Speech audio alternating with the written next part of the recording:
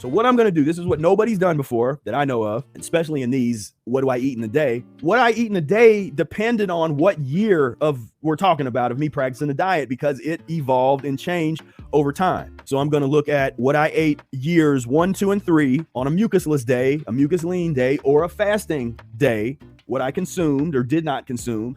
Years 1 through 3, years 4 through 10, years 11 through 15, and years 16 through 18, 16 to the present. And so, yeah, so this is, I've had this idea for a long time, for years, I've wanted, how can I portray the transition in a meaningful way so that this just kind of blows people's mind? It opens it up, not even necessarily blow the mind, but just open it up to see like, oh, I see what you're saying, how things evolve over time, years, to give you that perspective so that you got to be comfortable with time. That's one of the practices. It's like kind of a meditation.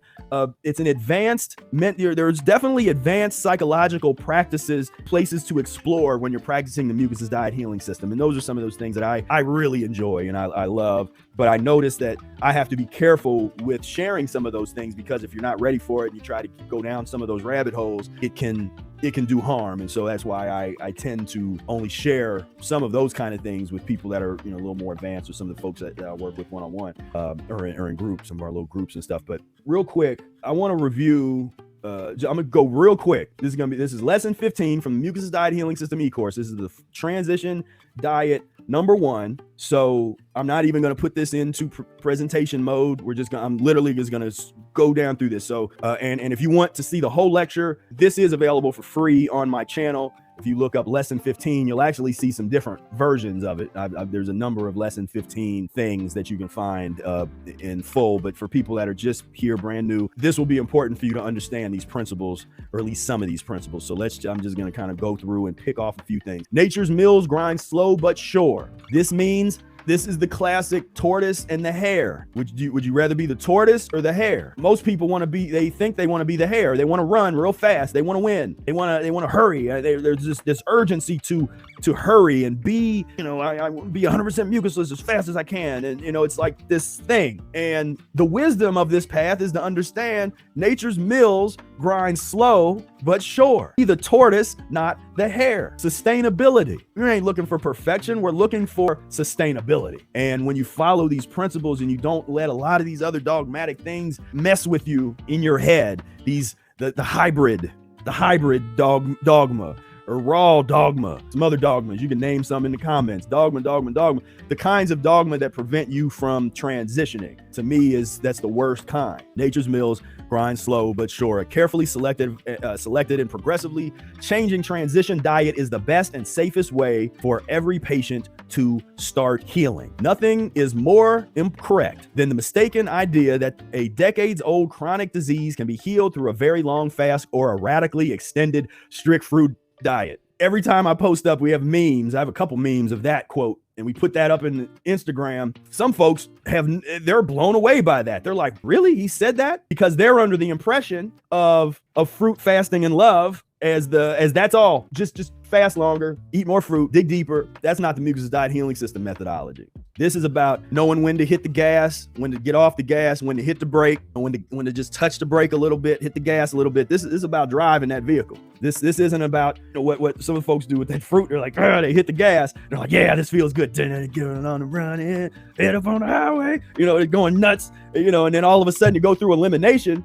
and they don't know what to do. They're losing control of the vehicle. And then they hit the brake and, have an accident, mess up the vehicle. There's no need for that. There's no need for that.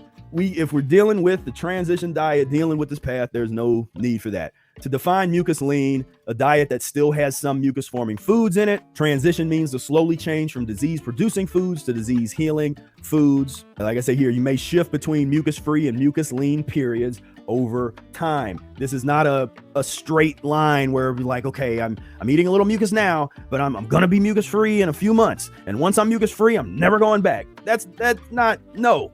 Don't think like that. That's not helpful. That's not the methodology. The worst habit of all, heavy breakfast. These are all the classic principles, but I can kind of speed through them. Never drink during a meal. This was something that I was able to incorporate pretty much right from the beginning, and I refined it over time. So I started, because I used to drink a lot during a meal. Then once I read this, I'm like, okay, I waited until after the meal to drink, and then years later, it got to the point where I won't drink after a meal for like 4 hours or something. Like long time will go by before I drink something like juice. Maybe drink water is a little different, but something like that.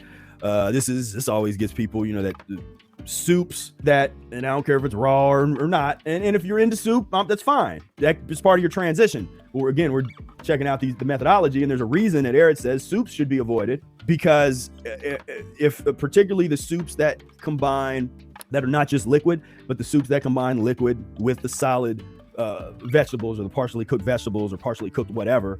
The reason is because it's just more difficult to properly digest it. And this is also why certain you don't want to go overboard all the time with the blending and doing some of the smoothies and that kind of stuff. And so these are all, and this is the kind of stuff that we get into. We go through all this and way more in the e-course because this is like these little areas that people, for some reason, they take for granted. They think that they've studied something else, and maybe somebody else that says, oh yeah, I like the Mucusless diet, that's cool, but they're not really teaching the Mucusless diet or coming from that headspace. So they get surprised at these little details. It's like, oh, this little detail, you're not supposed to do soups. And that doesn't mean that you won't talk to Brother Air and he'll talk about soups that he used to make for his family. That's part of that's what I'm saying. That's the dynamic nature of this transition, where there's not hard, fast rules. There's principles and guidelines. And the better that you can understand these principles and guidelines, the better you will be at being able to, again, design your mucus-free life. You want to design it.